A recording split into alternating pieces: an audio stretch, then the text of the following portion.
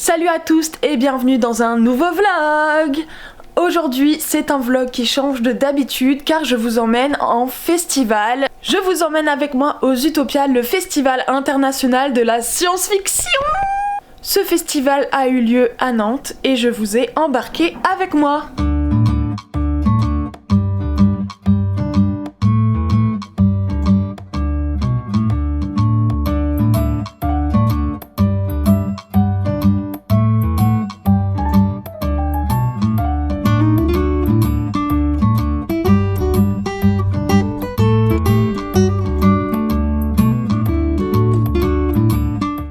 Après avoir visité ces magnifiques expositions, il me tardait d'aller voir les livres. Et bien sûr, pour ce festival de science-fiction, nous avons eu le droit à une librairie remplie de livres de science-fiction. J'avais envie de tout acheter. Malgré le monde qui m'entourait, j'ai quand même pu faire quelques petits achats et lire quelques résumés qui m'intéressaient. Je vous conseille d'y aller quand il y a moins de monde dans la librairie, sinon c'est impossible de naviguer. J'ai découvert ces éditions, les éditions Argile, avec des autrices queer incroyables.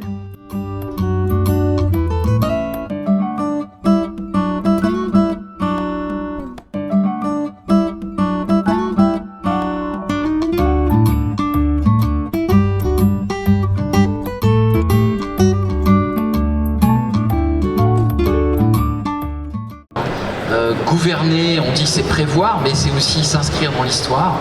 Et toutes ces questions-là, on va évidemment les aborder. On esquissera peut-être vers la fin, si on a le temps, une espèce de notion de mnémocratie, de gouvernement de la mémoire. Point extrêmement intéressant lors de ce festival, l'accessibilité aux conférences. Il était possible d'avoir une traduction en direct de ce qui était dit sur scène. Il y avait donc des traductrices qui traduisait de l'anglais vers le français, ou du français vers l'anglais, ou du français vers la langue des signes française. C'était accessible à tous, et j'ai trouvé ce point très important et très bien fait. Moi j'ai la chance de pouvoir parler anglais, mais je me dis que pour les personnes qui ne comprennent pas l'anglais, ou qui ne comprennent pas le français, c'est extrêmement intéressant pour suivre la conférence et ce qui était dit en fait.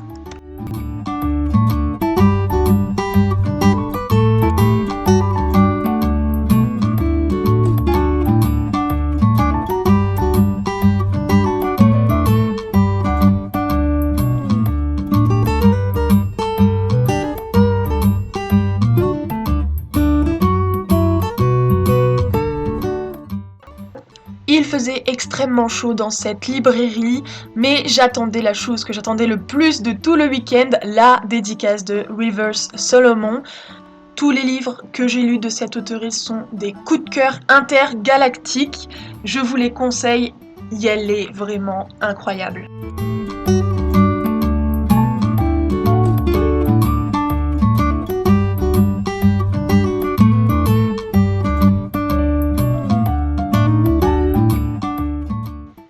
En tant que personne autiste, il me fallait absolument tester la salle zen et je dois dire que ça m'a énormément aidé pour supporter ma journée entre la foule, le bruit, le monde, la chaleur, surtout dans la librairie, un petit moment de calme dans une pièce où la lumière est tamisée, ça m'a fait énormément de bien.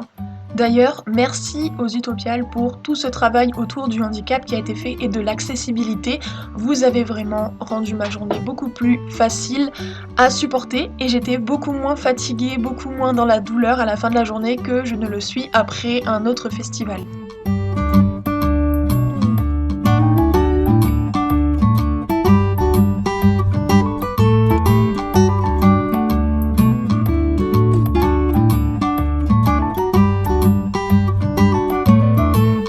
Conclure ce tout petit vlog des Utopiales, je vais vous faire un petit book haul de ce que j'ai acheté à la fois aux Utopiales mais aussi dans la librairie Les Vagues qui est une librairie queer à Nantes qui est absolument incroyable. Il faut que vous alliez la visiter.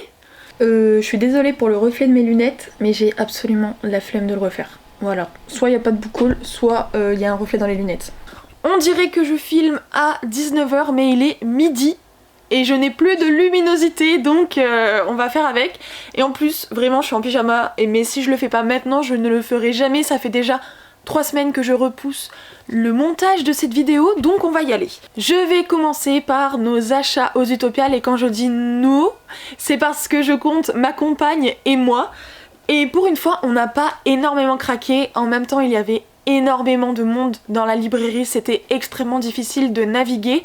Et donc j'avoue que j'ai un peu écourté ma visite à chaque fois que j'y allais, surtout pour la dédicace de River Solomon, j'avais des gouttes de sueur qui tombaient alors que je ne suis restée que 15 minutes dans la librairie.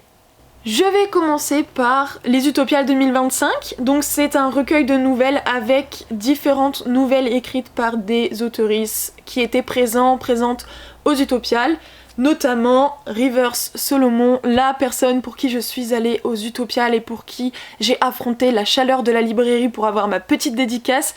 J'avoue que j'avais très peu regardé qui étaient les autres auteurices. Et après j'ai découvert qu'il y avait d'autres personnes à qui j'aurais pu faire dédicacer des choses et j'étais là genre... Tant pis. Les Utopiales sortent tous les ans des nouvelles, un recueil de nouvelles. Celui de cette année avait pour sujet la singularité avec 4 déclinaisons, l'attraction, la résistance, l'individu et l'anomalie. Oups, 4, pardon. Et donc on a laissé un peu libre cours aux auteurices pour écrire autour de ce sujet, j'ai très hâte de le lire. Vous l'avez vu dans le vlog, j'ai découvert les éditions Argile qui me faisaient déjà de l'œil depuis un petit moment. Je les avais vues surtout en rayon science-fiction dans les librairies et là je me suis dit bah c'est le moment de craquer un peu. Surtout qu'à chaque fois que j'ouvre la toute première page pour voir la biographie de l'auteurice, je tombe sur une personne queer. Là par exemple, Margaret Killjoy est une autrice et éditrice transgenre. J'en ai acheté un autre dans une autre librairie et c'était une personne non binaire. Et j'étais... Il me les faut tous, attrapez-les tous.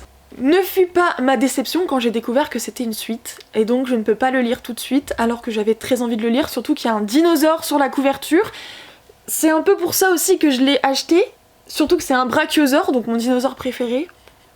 Chers éditeurs, chères éditrices, merci de noter quand ce sont des suites.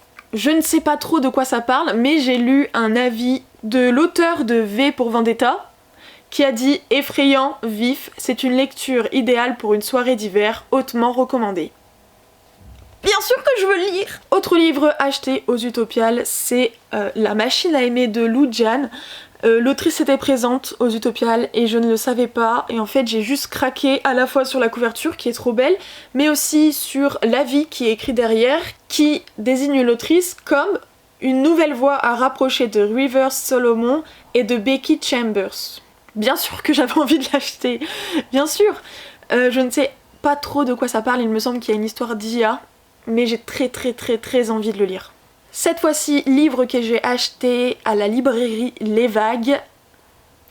Claude Cahn, Aveu non avenu, je le cherche depuis des mois et des mois. Je le cherchais en occasion ou en neuf ou je sais pas, j'avais pas du tout envie de le commander sur internet, genre Amazon et tout ça.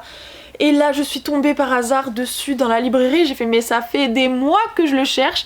Claude Cahn qui était photographe et non-binaire, et donc bien sûr que j'ai envie de lire ses écrits. Il me semble que c'est un peu poétique, je sais pas, j'ai pas encore lu mais ce sont un peu des petits pamphlets j'ai l'impression. Il faut aussi que je vous montre la planche de stickers que j'ai achetée à la librairie Les Vagues. Elle est absolument sublime, je ne l'avais jamais vue à Paris. En plus c'est fait par le chapeau péruvien que j'adore. J'adore ses designs, j'adore ses stickers, j'adore tout ce que cette personne fait.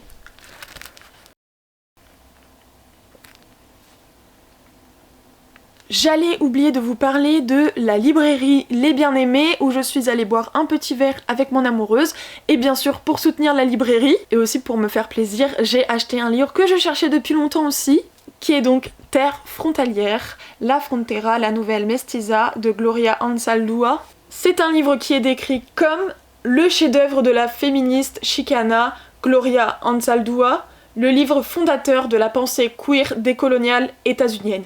Il était dans ma liste depuis très longtemps, quand je l'ai vu en librairie, j'ai dit bon, ce sera le livre que je vais acheter pour soutenir cette librairie, qui est Les Bien-Aimés, qui est, je pense, une librairie queer féministe, parce que j'ai ressenti les vibes, je l'ai vu, et je l'ai vu à votre petit point médian.